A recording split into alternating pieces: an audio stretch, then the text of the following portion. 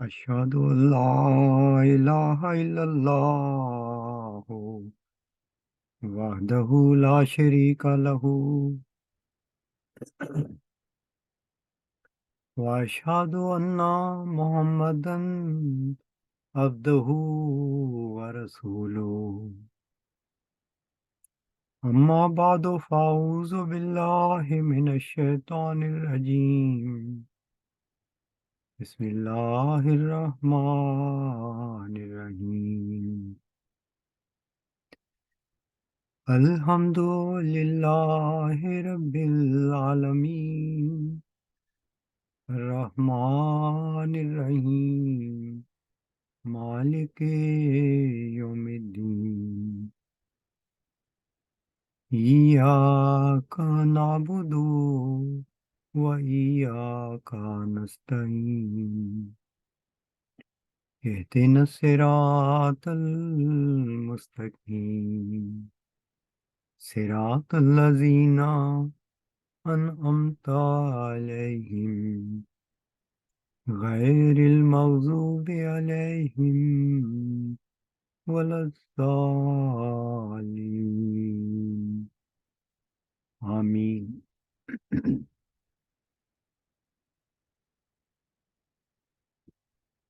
Virtue is God کے حوالے سے گزشتہ خطبہ میں کچھ بات کی تھی، اور وہ اس رنگ میں تھی کہ اس کا عملی اثر کیا ہوتا ہے۔ آج اسی بات کو مزید مثالوں سے بیان کرنے کی کوشش کروں گا، تاکہ ظاہری اور عملی اثر جب وہ پتہ چل جائے کہ وہ سوسائٹی پر اس کا کیسے اثر ہوتا ہے، تو پھر اس کی فکری اور نظریاتی بحث بھی سمجھنا آسان ہو جاتی ہے۔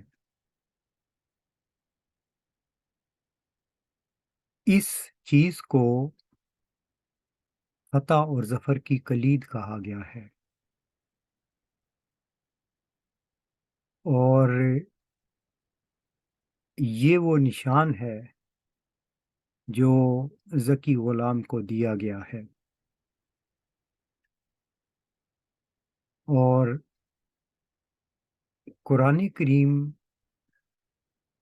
نے جو تعوذ اور تسمیہ، یعنی اعوذ باللہ من الشیطان الرجیم اور بسم اللہ الرحمن الرحیم، ان کے پڑھنے کی تلقین کی ہے، اور رسول کریم صلی اللہ علیہ وسلم کے بھی ارشادات اس کے بارے میں موجود ہیں۔ ان دونوں آیات میں ہی یہی چیز اپنے انداز میں بیان کی گئی ہے، اور یہ دونوں آیات اس طرح ہیں جیسے روشنی اور اندھیرا۔ جب روشنی ہو تو اندھیرا نہیں رہتا، اور جو اس آیت میں اعوذ باللہ من الشیطان الرجیم میں یہ کہا گیا ہے کہ اندھیروں سے دور رہو اور اللہ کی طرف آؤ، اور ان اندھیروں کی سب سے خطرناک شکل، جس کو رسول کریم صلی اللہ علیہ وسلم نے دجالی فتنہ کا نام دیا تھا آخری زمانہ میں، وہ صورت ہے۔ اس سے بچنے کے لیے اللہ کی طرف آنا ہے، اور جب اللہ کی طرف آنا ہے تو وہ چیز بسم اللہ ہمیں سمجھاتی ہے کہ کس طرح اللہ کی طرف آنا ہے۔ اس طرح اللہ کی طرف آنا ہے کہ انسان اللہ کی صفت رحمان اور رحیم ان کا مظہر بننا شروع کر دے۔ جب وہ رحمانیت کا مظہر بنے گا تو لازمی نتیجہ نکلے گا کہ اس کے اعمال ایسے ہوں گے کہ وہ بنی نوع انسان کے لیے بھلائی کا سوچے گا، بھلائی کے سامان پیدا کرنے کی کوشش کرے گا اور بے غرض کرے گا، کیونکہ رحمانیت میں یہ چیز داخل ہے، اور رحیمیت میں یہ چیز داخل ہے کہ جو کوشش کرے، جو محنت کرے، اس کی محنت کا پھل اس کو ملے۔ تو یہ دو صفات جو وہ اپنی زندگی میں اپنانے کی کوشش کرے گا تو وہ اللہ تعالیٰ کے صفات کے ہم رنگ ہوتا جائے گا۔ یہ قرآن کی تعلیم ہے، اور یہی بسم اللہ میں ہمیں سکھایا گیا ہے۔ اب ہم اس بات کو آگے لے کے جاتے ہیں۔ ہم یہ دیکھتے ہیں کہ رسول کریم صلی اللہ علیہ وآلہ وسلم دونوں حیثیتوں سے ہمارے سامنے آئے، اور دونوں طرح سے ان کے نمونے ہمارے لیے رہنمائی مہیا کرتے ہیں۔ ایک وہ وقت تھا جب مکہ کی زندگی تھی اور کوئی طاقت ہاتھ میں نہیں تھی۔ پھر مدنی زندگی آئی جب آپ ایک حاکم کے رنگ میں وہاں پر موجود تھے۔ تو پھر آپ نے اپنے سوسائٹی میں انسانوں کو حقوق دینے شروع کیے، ان کی ضروریات کے سامان مہیا کرنے شروع کیے، جو اموال آتے تھے ان کو ضرورت مندوں میں تقسیم کیا جاتا تھا۔ یہ تھا وہ رحمانیت کا رنگ جو آپ کی زندگی میں آپ نے دکھایا۔ میں ہمیشہ اس چیز کو سامنے رکھتا ہوں کہ کیوں 57 اسلامی ممالک نے اس نمونے کو نہیں پکڑا۔ اگر وہ رسول کریم صلی اللہ علیہ وسلم کے اس نمونے پر چلتے تو مسلمان ایک ایسی قوم ہوتی جس کا ہر فرد اپنے پاؤں پہ کھڑا ہوتا، اور اگر کوئی ضرورت مند ہوتا تو حکومت اس کی پیچھے کھڑی ہوتی اس کو سپورٹ دینے کے لیے۔ خیر، یہ باتیں اپنی جگہ۔ ہم یہ دیکھتے ہیں کہ مرزا صاحب جو کہ احیاء اسلام کے لیے آئے تھے، رسول کریم صلی اللہ علیہ وآلہ وسلم کی تعلیم کو زندہ کرنے آئے تھے، لیکن ان کی حالت ایک حاکم والی نہیں تھی۔ اس کے باوجود انہوں نے جب آمد کا نظام بنایا تو ساتھ ہی اس کے اخراجات کے بارے میں وضاحت کر دی، اور فرمایا تھا کہ ان اموال میں یتیموں، بیواؤں اور وہ جو معقول ذریعہ معاش نہیں رکھتے کا حق ہوگا، اور ساتھ دوسری ہدایت یہ دی تھی کہ ان اموال کو تجارت کے ذریعے ترقی دی جائے۔ اگر ان دو ہدایتوں پر عمل کر لیا جاتا تو جماعت احمدیہ ایک قابل تقلید نمونہ ہوتی سب قوموں کے لیے۔ لیکن ان پر عمل نہیں ہوا۔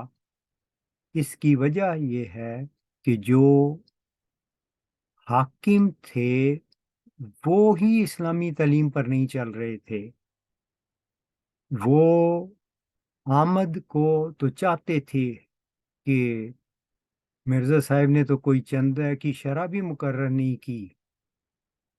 انہوں نے کہا تھا کہ ہر ایک شخص اپنی مرضی سے جو دینا چاہتا ہے دے۔ انہوں نے تو بڑی نرمی رکھی تھی، تو انہوں نے بڑی سختی سے کہ پیسہ آنا چاہیے، جانا نہیں چاہیے، وہ شرح مقرر کر دی، اور طرح طرح کے اور چندے بھی لگا دیے کہ پیسے کا رخ ہماری طرف آئے، ہم سے پیسہ کہیں نہ جائے۔ یہ وہ غیر اسلامی سوچ ہے جو جماعت کے نظام نے جماعت پر لگا دی۔ یہ جب اس قسم کی جو شروع میں آیت پڑھی گئی تھی من الشیطان الرجیم، اس قسم کی تاریکی پیدا کرنے والی طاقتوں کو سے پناہ مانگنی چاہیے اور اللہ کی صفات کی طرف جانا چاہیے، اس کی طرف لوٹنا چاہیے۔ یہ ہے وہی چیز جو اس زمانہ میں ورچو از گاڈ کے نام سے بتائی گئی ہے کہ ہم سب اپنی زندگیوں میں اللہ کی صفات کو اپنے اندر نافذ کر دیں۔ بسم اللہ، میں اللہ کا نام اپنی ذات پہ داغتا ہوں، اس کے نشان اپنے اندر لگاتا ہوں، اور ان میں سے دو نشان رحمانیت اور رحیمیت کے بتائے گئے ہیں کہ یہ لگائیں۔ ہم ایسے اسیر ہو گئے، اور یہی خبر دی گئی تھی کہ جماعت اسیر ہو جائے گی، اور پھر ان اسیروں کی رستگاری کے لیے اللہ ایک ذکی غلام کو بھیجے گا۔ اس وقت بھی جماعت اسیر ہے، اور سب سے بڑا ظلم اس پر یہ ہے کہ ان کو احساس بھی نہیں کہ ہم اسیر ہیں۔ یہ بالکل اس طرح کی نفسیاتی طور پر ان کی حالت ہے جیسے براہمن اور شودر والی ہے۔ براہمن نے یہ کہہ کر کہ تم لوگ اس جنم میں ہماری خدمتیں کرتے رہو، تا اگلے جنم میں خدا تمہیں براہمن نہیں تو کھتری اور کوئی اور مقام دے بلندر، شودر سے اونچا۔ یہاں پر بھی یہی صورتحال ہے کہ ہم اطاعت کرتے رہیں، مال دیتے رہیں، وقت دیتے رہیں، تو ہمیں آخرت میں کوئی جنت مل جائے۔ کوئی جنت نہیں ملنی جب تک آپ ان ظالمانہ نظام کے خلاف اللہ کا نام اپنے دلوں پر نافذ نہیں کرتے کہ میں نے اللہ کی خاطر کرنا ہے، ان ظالموں کی خاطر نہیں کرنا۔ اس کی میں وضاحت کر دیتا ہوں کہ کیوں میں یہ باتیں کرتا ہوں۔ پہلی بات یہ ہے کہ جب کوئی شخص کہے کہ ہم اسی رنگ میں خلیفہ ہیں جیسے پہلے دور میں خلیفہ ہوئے تھے۔ تو پہلی بات یہ ہے کہ یہ بات بھی تحقیق طلب ہے۔ اول مرزا صاحب نے اپنے بعد کوئی خلافت کا تصور نہیں دیا، انہوں نے واضح الفاظ میں بتایا تھا کہ انجمن میری جانشین ہے۔ نمبر دو، فرض محال کے طور پر ہم اس چیز کو لے بھی لیں تو حضرت ابو بکر رضی اللہ تعالیٰ عنہ کا نمونہ ہمارے سامنے ہے۔ آپ بیان کرتے ہیں کہ میں عرب کے امیر ترین تاجروں میں سے تھا، لیکن ہم جب دیکھتے ہیں کہ ان کو خلافت کے منصب پر فائز کیا گیا تو وہ اپنے ذاتی اخراجات کے لیے جو وہ تجارت سے مال کماتے تھے اس کی خاطر سفر پر نکلنے کا ارادہ کیا تو حضرت عمر رضی اللہ تعالیٰ عنہ نے روک لیا۔ تو حضرت ابو بکر نے کہا کہ میرے گھر کا گزارا میری اس محنت پر ہے، میرے اس کاروبار پہ ہے۔ تو حضرت عمر رضی اللہ تعالیٰ نے فرمایا کہ آپ کی ضرورت یہاں پر زیادہ ہے، اس لیے بیت المال سے آپ کا ماہانہ وظیفہ مقرر کر دیا جاتا ہے۔ حضرت ابو بکر رضی اللہ تعالیٰ عنہ نے یہ بات مان لی، لیکن اس شرط پر مانی کہ میرا اتنا وظیفہ یا اتنے پیسے مجھے دیے جائیں جو ایک مزدور کی مزدوری ہوتی ہے۔ حضرت عمر رضی اللہ تعالیٰ نے کہا کہ اس میں تو گزارا نہیں ہوگا، تو انہوں نے کہا پھر مزدور کی مزدوری بڑھائی جائے۔ یہ ہے اسلامی تصور جو رسول کریم صلی اللہ علیہ وآلہ وسلم سے تربیت پا کر آپ کے کبائر صحابہ نے پیش کیا۔ اور پھر ہم دیکھتے ہیں کہ وہی حضرت ابو بکر رضی اللہ تعالیٰ عنہ کس طرح عوام کی خدمت پر لگ گئے تھے، ان کی ضروریات کا خیال رکھنا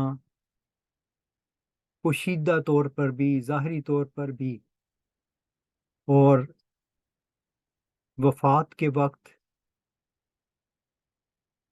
اپنی بیٹی کو کہہ رہے ہیں کہ مجھے انہی پرانے کپڑوں میں دفن کر دینا۔ نئے کپڑے تو زندہ لوگوں کے لیے ہوتے ہیں۔ یہ تھا نمونہ۔ اس کا موازنہ کریں کہ مرزا صاحب حضرت ابو بکر کی طرح بڑے تاجر نہیں تھے، ان کی حالت آپ کو ان چیزوں سے پتہ چل جانی چاہیے کہ اپنے والد صاحب کی وفات کا احساس کر کے ان کو یہ فکر دامنگیر تھی کہ ان کے کھانے پینے کا خرچہ کیسے چلے گا۔ انہوں نے خود یہ باتیں لکھی ہوئی ہیں۔ پھر ہم یہ بھی جانتے ہیں کہ براہین احمدیہ شائع کرانے کے لیے ان کے پاس پیسے نہیں تھے۔ براہین احمدیہ کے ابتدائی صفحات پڑھ کے دیکھیں کس طرح عاجزانہ طور پر انہوں نے گزارشیں کی ہیں کہ اس کتاب کی اشاعت کے لیے لوگ پیسے بھیجیں۔ اگر وہ بڑے کوئی رئیس تھے تو کتاب چھپوانا کیا مسئلہ تھا ان کے لیے۔ تیسری چیز دیکھیں کہ آخری سفر لاہور میں انہوں نے ٹانگے والے سے کہا تھا کہ میرے پاس یہ چند سکے باقی ہیں، اس میں جتنی سیر کرا سکتے ہو کرا دیں۔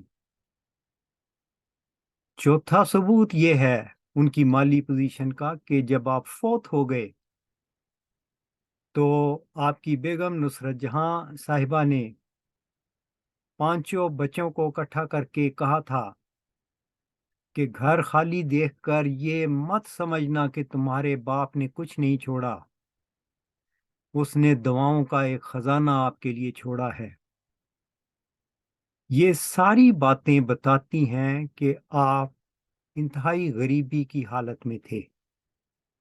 یہ اللہ کا فضل تھا جو آپ پر تھا۔ اب یہ جو نام نہاد خلیفے ہیں جو کہتے ہیں کہ ہم پہلی خلافت کی طرح ہیں، وہاں تو ہم دیکھتے ہیں کہ حضرت ابو بکر رضی اللہ تعالیٰ عنہ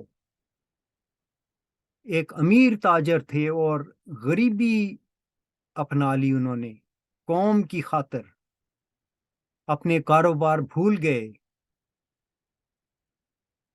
رحمانیت کا نمونہ ہو گئے، اپنا وقت، اپنا جان مال سب کچھ اپنی قوم کے لیے لگا دیا۔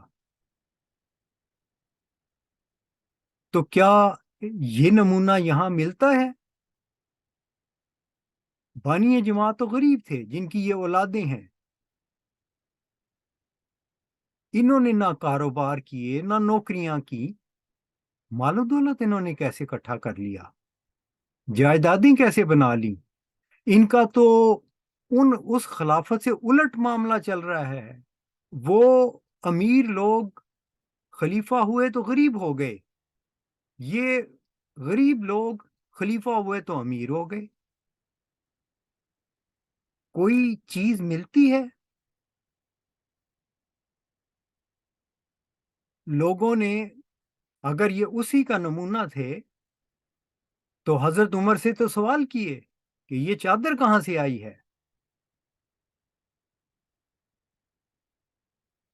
انہوں نے تو بڑا صحیح جواب دے دیا۔ ان سے بھی تو سوال کیا جائے پھر کہ یہ سب کچھ کہاں سے آیا ہے، جواب دیں، سٹیج پر آ کر وضاحت کریں،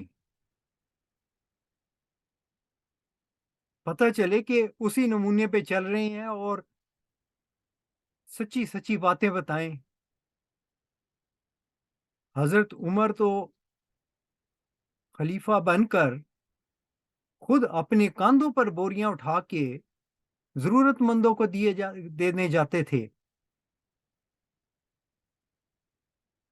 یہاں پہ ایسا کیوں نہیں ہوتا؟ یہاں تو ضرورت مند کو کوئی پوچھتا ہی کوئی نہیں۔ حال یہ ہے کہ اپنی چھتری تک اٹھا نہیں سکتے، دوسروں کا بوجھ کیا اٹھائیں گے؟ ہاں، دوسروں پر چندوں کا بوجھ لا دیں گے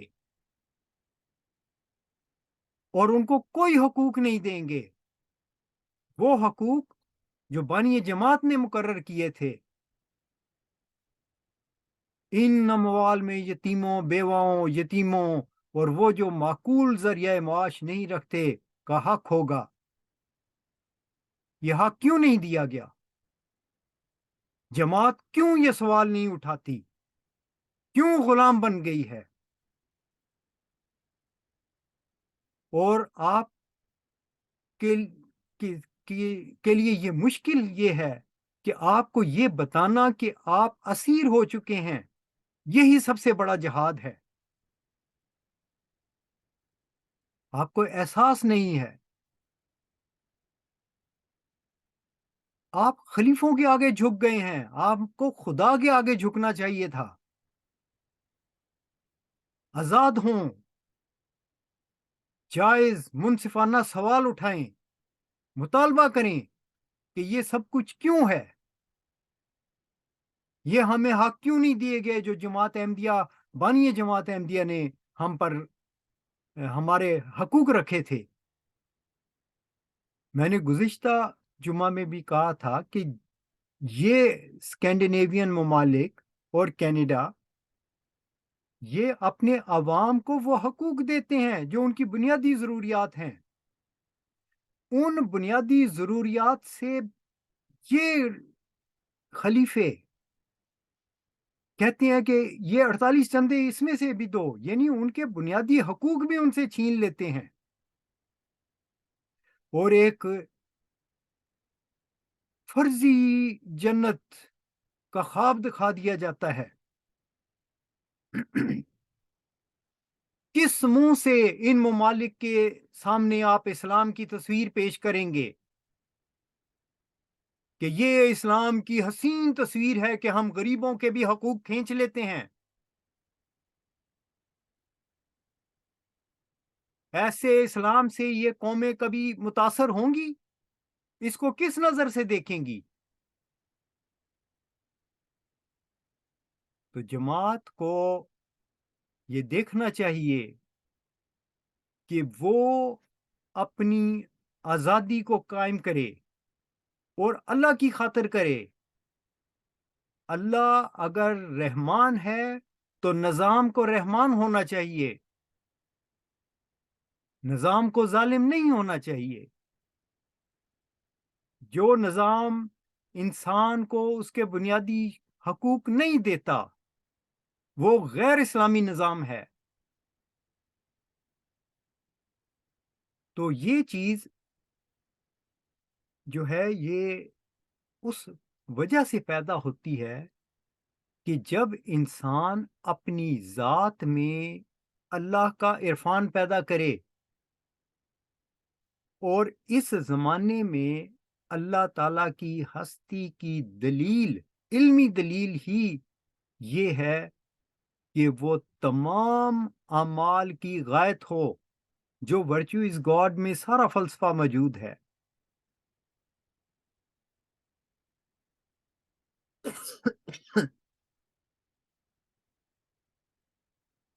کل عید کے خطبہ میں بھی میں نے یہ بات بتائی تھی کہ یہ باتیں ہمیشہ خدا کے لوگ بتاتے آئے ہیں۔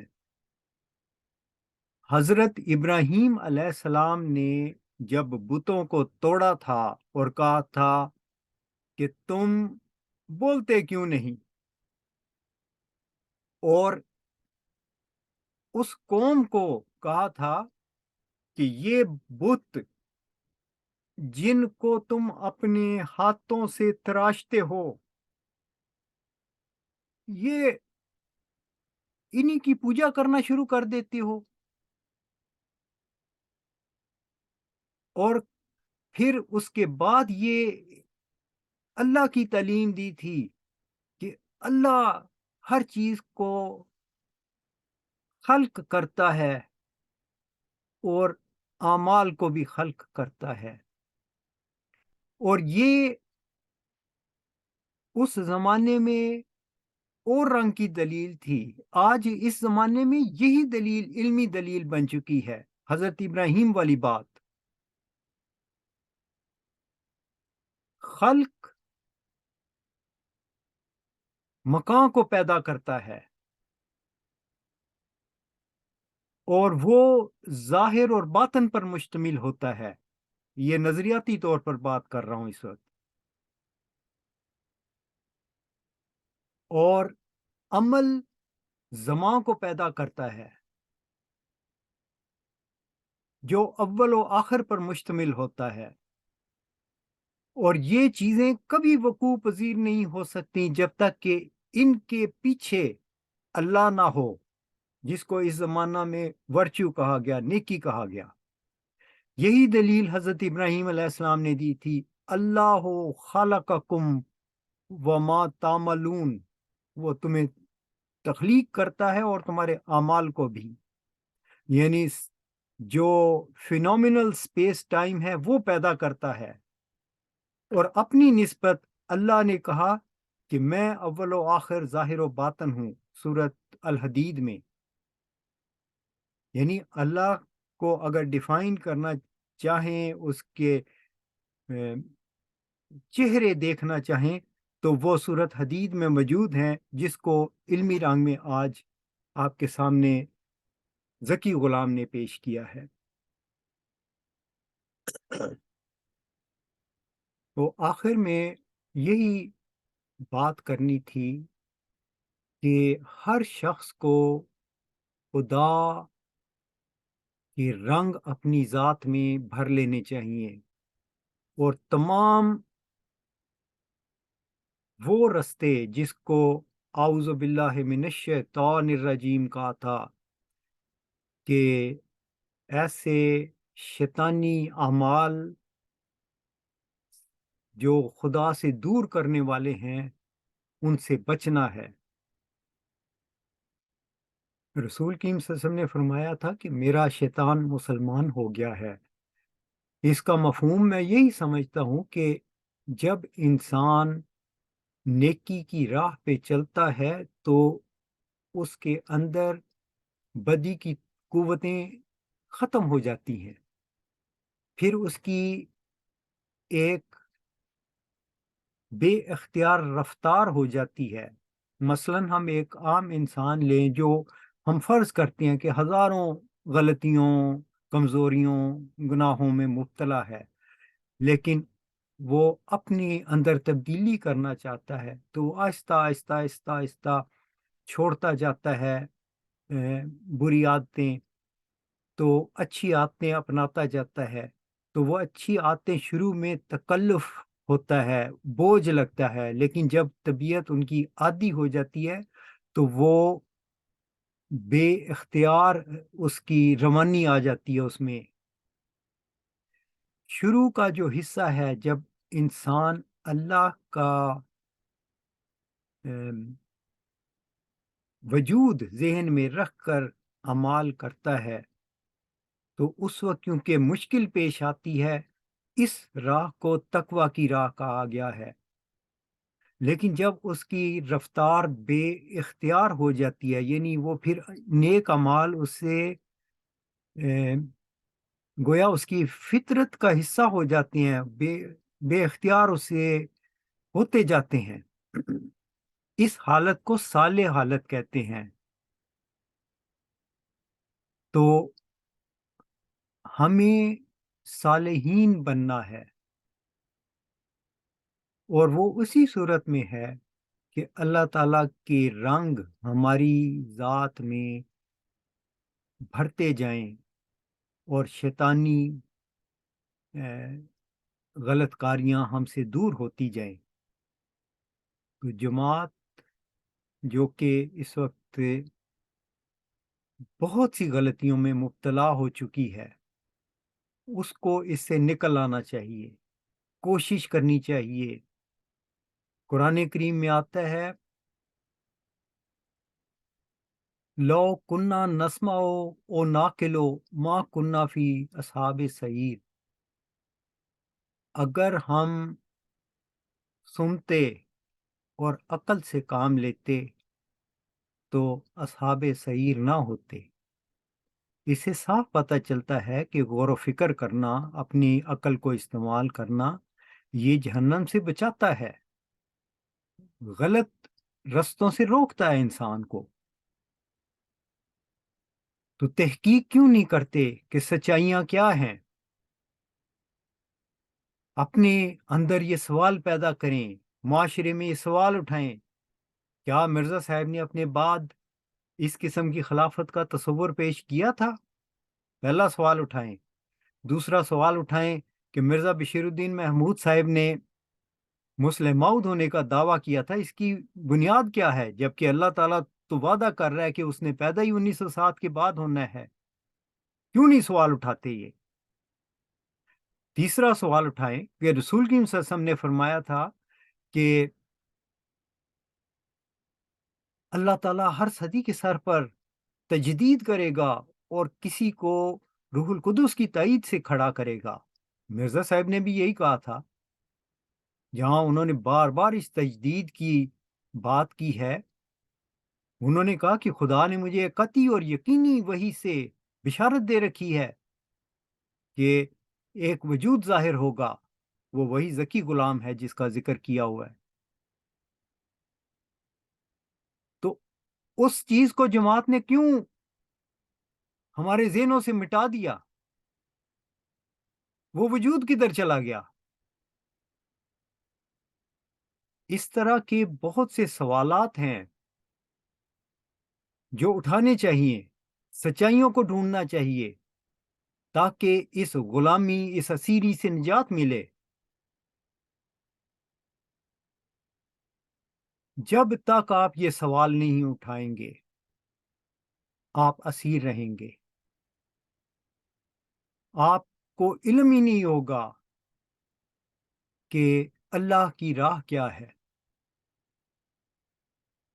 اللہ تعالیٰ سب کو توفیق دے، اور ہم سب اس چیز کی دعا کرتے ہیں کہ اللہ تعالیٰ نے مرزا صاحب علیہ السلام کو ایک قطعی اور یقینی وحی 20 فروری 1886 میں یہ خبر دی تھی کہ وہ اسیروں کی رستگاری کا موجب ہوگا۔ اللہ تعالیٰ ایسے سامان پیدا کرے، اور اللہ تعالیٰ کے اس الہام کو، جو مرزا صاحب کو فتح اور ظفر کی کلید، اور جمبا صاحب کو ورچو از گاڈ کے حوالے سے دیا گیا، اس کو سمجھنے اور اس پہ عمل کرنے کی توفیق دے۔ آمین وآخر دعوانا ان الحمد للہ رب العالمین۔